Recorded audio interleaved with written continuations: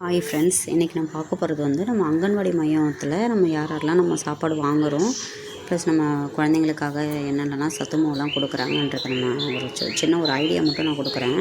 நீங்கள் யாரெல்லாம் வாங்குறீங்கன்னு சொல்லிட்டு கமெண்ட் பண்ணுங்கள். நான் வந்து பார்த்திங்கன்னா என் பாப்பாவுக்கு வந்து 2 வயசு ஆக போகுது.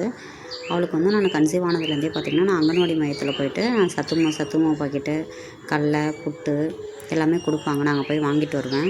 பாருங்கள், அங்கன்வாடி மையம் பாருங்கள். ஆனால் நம்ம இது யாருமே அதிகமாக யூஸ் பண்ணிக்க மாட்டோம். அங்கன்வாடி மையத்தில் நம்ம வாரத்தில் 9 முட்டை கொடுப்பாங்க.